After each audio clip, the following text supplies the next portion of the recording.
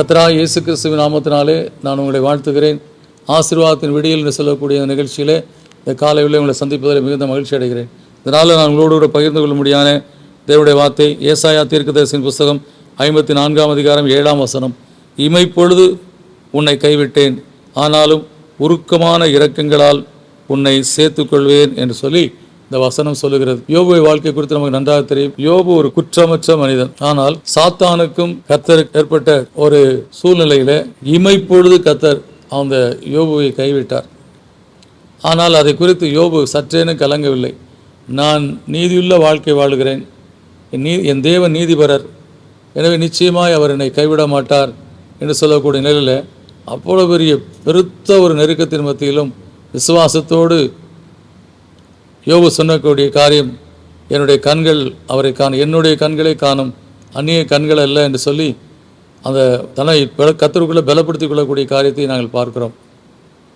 அதுபோல் என் மீட்பர் உயிரோடு இருக்கிறார்னு சொல்லி மறுபத்தில் தன்னை தேற்றிக்கொள்ளக்கூடிய காரியத்தை பார்க்கிறோம். ஏன்னா இமைப்பொழுது கைவிட்டது போல அந்த சூழ்நிலைகள் காணப்பட்டாலும் கர்த்தர் அவருக்கு முன்னிலையை பார்க்கலும் பின்னிலையை 2 மடங்கு ஆசீர்வித்தார் சொல்லப்பட்டிருக்கிறது. சில வேளையில் சாத்தான் நம்மை குறித்து கர்த்தரிடத்தில் சேலஞ்சு பண்ணுவான்.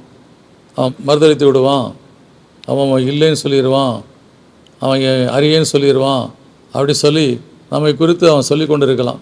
ஆனால் கர்த்தர் நம்மேல் வைத்திருக்கிற அன்பினாலே ஒருபோதும் என்னுடைய பிள்ளை அப்படி சொல்ல மாட்டான் என்று சொல்லக்கூடிய இந்த போராட்டத்தினாலே, கர்த்தருக்கு அவனுக்கு நடக்கிற இந்த போராட்டத்தினாலே ஒரு இமைப்பொழுது நம்முடைய வாழ்க்கையில் கர்த்தர் நம்மை கைவிட்டது போல காணப்படக்கூடிய சூழ்நிலையில் வரும். அந்த நேரத்தில் நாம் உறுதியாய் நின்று கொண்டு இருக்கும்போது அக்கினி சாலைக்குள்ளே போனாலும் கூட கர்த்தர் காத்துக்கொள்வான்னு சொல்லி போனது கர்த்தரே அவர்களோடு பிரவேசித்தார். அதுபோல் கர்த்தரே வந்து நம்முடைய வாழ்க்கையில் உதவி செய்வார், ஒத்தாசையை உண்மையுள்ளவராக இருக்கிறார். எனவே அன்பு சகோதரனே சகோதரியே, இந்த கால வேளையில் இமைப்பொழுதும் கைவிட்டம் மாட்டாது. இமைப்பொழுது என்பது ஒரு கண்ணை மூடி திறக்கக்கூடிய ஒரு காரியம். அந்த நிமிடம் சாத்தானால் நம்ம என்ன செய்ய முடியும்? ஒன்றும் பண்ண முடியாது. அந்த இமைப்பொழுது என்று சொல்லக்கூடிய காரியத்தை கூட கர்த்தர் காத்துக்கொள்வார். நிச்சயமாய் கர்த்தர் பலப்படுத்தி ஆசீர்வதிப்பார். எனவே இந்த சாத்தான் அப்படிப்பட்ட ஒரு சின்ன ஒரு இடைவெளியை தான் எதிர்பார்த்து கொண்டு இருக்கிறான். அந்த இடைவெளி உண்டாகாமல் இருக்க வேண்டும் என்று சொன்னால் யோபை போல நாம் விசுவாசத்தோடு காத்திருக்கும் போது நிச்சயமாய் கர்த்தர் அவன் உட்புகாதபடி நம்ம வேலையெடுத்து காத்துக்கொள்வார். அவன் வெட்கப்பட்டு போகும்படியான காரியத்தை செய்வார். யோபனுடைய நிலையை பார்த்து முன்னிலையை பார்க்க பிள்ளை 2 மடங்கு ஆசீர்வித்தார். நாம் கர்த்தருக்காக சோதனையை சகிக்கிற மனுஷன் பாக்கியவான் என்று சொல்லப்பட்டிருக்கிறது. அந்த சோதனையை அவன் வென்றவுடனே அவனுக்கு இரட்டிப்பான பலனை கொடுத்தது போல நம்முடைய வாழ்க்கையும் கர்த்தர் பலனை கொடுக்க உண்மையுள்ளவராக இருக்கிறார். விசுவாசத்தோடு நாம் ஜெபிப்போம். கர்த்தருடைய சமூகத்தில் இரட்டிப்பான ஆசீர்வாதங்களை பெற்றுக்கொள்வோம்.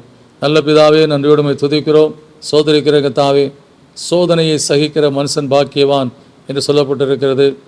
யோபனுடைய சோதனையை நாங்கள் பார்த்துருக்கிறோம்.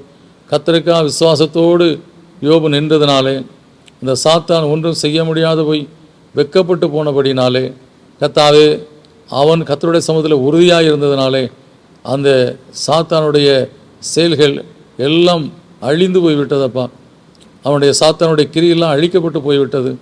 அவனுடைய வாழ்க்கையில் அவன் எப்படியாவது யோபு கர்த்தரை மறுதளிக்க முடியாது செய்ய வேண்டும் சொல்லி மிகுந்த பிரயாசப்பட்டான். ஒரு நாளும் ஒரு நிமிடம் கூட இமைப்பொழுது கூட யோபு மறுதளிக்கவில்லை. அதை நாங்கள் வேதத்தில் வாசிக்கிறோம்.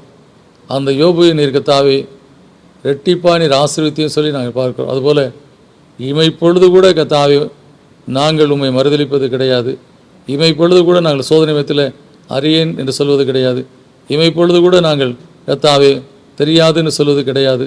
கர்த்தாவே அந்த இமைப்பொழுதும் இடைவிடாமல் நாங்கள் துதித்து கொண்டு தான் இருக்கிறோம், ஜெபித்து கொண்டு தான் இருக்கிறோம், இடைவிடாமல் உம்மை ஆராதித்து கொண்டு தான் இருக்கிறோம்.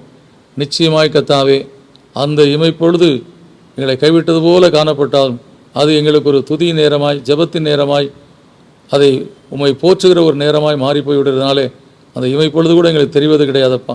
அப்படியா நீர் கர்த்தாவே இமைப்பொழுது எங்கள் வாழ்க்கையில் எப்பொழுது எங்களை கைவிட்டேன்னு சொல்லி எங்களுக்கு தெரியாத அளவுக்கு நாங்கள் துதி சோத்திரத்தில் ஜெபத்தில் உறுதியாக இருக்கிறதுனால கர்த்தாவே நீர் எங்களை யோபுவை போல 2 மடங்கு ஆசீர்வதிக்க உண்மையுள்ள தேவனாக இருப்பக்கா சோத்திரம் கர்த்தா. அப்படியா நீர் இப்படி எங்கள் ஒவ்வொருவரையும் ஆசீர்வத்திலும் கர்த்தாவே இயேசுவின் நாமத்துக்கு நல்ல பிதாவே, ஆமென்.